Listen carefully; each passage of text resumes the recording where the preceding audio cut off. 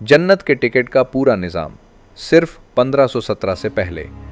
11वीं सदी से 1517 तक यूरोप में कैथोलिक चर्च ने यह तसव्वुर आम कर दिया था कि पैरजट्री बराबर मौत के बाद गुनाहों की सज़ा की जगह और माफ़ीनामा बराबर इस सज़ा में कमी का सरकारी चर्च सर्टिफिकेट। अवाम इन कागज़ों को जन्नत का टिकट समझते थे।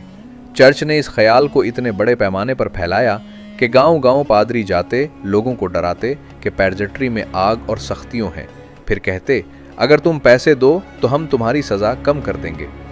ये पैसा चर्च की जंगों, इमारतों और दौलत के लिए इस्तेमाल होता था। असल सख्त तारीख़ी वाक़यात 1517 से पहले। ये सब वाक़यात मुस्तनद तारीख़ी ज़राए में मौजूद हैं। 1. किसान का अपनी माँ के लिए जन्नत का टिकट खरीदना। 1517 से ज़रा पहले सैक्सोनी के गांव में चर्च का नुमाइंदा आया। उसने मुनादी करवाई, तुम्हारे माँ बाप पैरजट्री में तकलीफ झुल रहे हैं, सिर्फ आज माफ़ीनामा लो और इनकी रूह को आज़ाद करो। एक गरीब किसान की माँ बिस्तरे मर्ग पर थी, उसके पास पैसे कम थे। उसने अपनी पगड़ी बेची, मुर्ग बेचा, बेटी की चादर बेची, कीमत पूरी की। चर्च के नुमाइंदे ने सिक्का संदूक में डाला और कहा, जैसे ही सिक्का गिरता है रूह जन्नत की तरफ उड़ जाती है। फिर उसने कागज़ दिया जिस पर लिखा था, पापाई इख्तियार से फलां औरत के गुनाहों की सज़ा कम कर दी गई है। किसान ने वो कागज़ सीने से लगाया और रोता हुआ अपने घर चला गया, ईमान रखते हुए कि उसकी माँ अब निजात पा गई। ये वाक़या चर्च के जर्मन रिकॉर्ड में महफूज है। 2. चरवाहे का गुनाह का रेट। पूछने वाला वाक़या। उसी दौर में एक चरवाहा चर्च के नुमाइंदे के पास आया। चरवाहा, अगर मैं किसी को मार दूं? पादरी, 1 शिलंग सज़ा माफ़। चरवाहा पूछता रहा, किसी का जानवर चुरा लो? 3 शिलंग।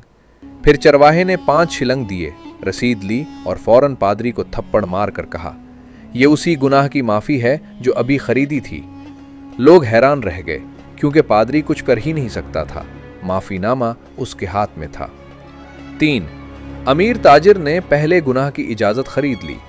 1517 से पहले एक अमीर ताजिर चर्च के नुमाइंदे के पास गया, मैं एक बड़ा गुनाह करने वाला हूँ, मुझे उसकी पेशगी माफ़ी चाहिए। पादरी ने सबसे कीमती माफ़ीनामा निकाला, हर किस्म का गुनाह, मुकम्मल माफ़ी। ताजिर ने भारी रकम देकर यह टिकट खरीद लिया। चंद दिन बाद उसने उसी पादरी को रास्ते में रोक कर लौट लिया और बोला, ये वो गुनाह है जिसकी इजाज़त मैंने खरीदी थी।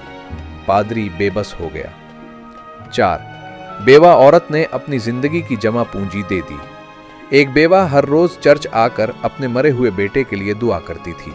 चर्च के नुमाइंदे ने कहा, अगर माफ़ीनामा ना खरीदा तो तुम्हारा बेटा पैरजट्री में तड़पता रहेगा। बेवा औरत ने अपनी बकरी, 2 बर्तन, 1 कंबल बेचकर रकम जमा की और जन्नत का टिकट लिया। वो कागज़ सीने से लगाए रो रही थी, अब मेरा बेटा आज़ाद हो गया। चर्च के अपने रिकॉर्ड इस वाक़े को जमाशुदा रकूम के साथ बयान करते हैं। 5. लोग ज़मीनें चर्च के नाम कर देते थे। हज़ारों वाक़यात मौजूद हैं जब पादरी कहते थे, अगर ज़मीन चर्च को दे दो तो मौत के बाद तुम्हारी सज़ा कम हो जाएगी। गरीब किसान अपनी ज़मीन चर्च के नाम कर देते। चर्च यूरोप की सबसे बड़ी ज़मींदार कुव्वत बन गया 1517 से पहले। 6. सिपाही और नाइट्स जंग में जाने से पहले माफ़ी खरीदते थे। सलीबी जंगों के वक्त 11वीं से 13वीं सदी चर्च ऐलान करता था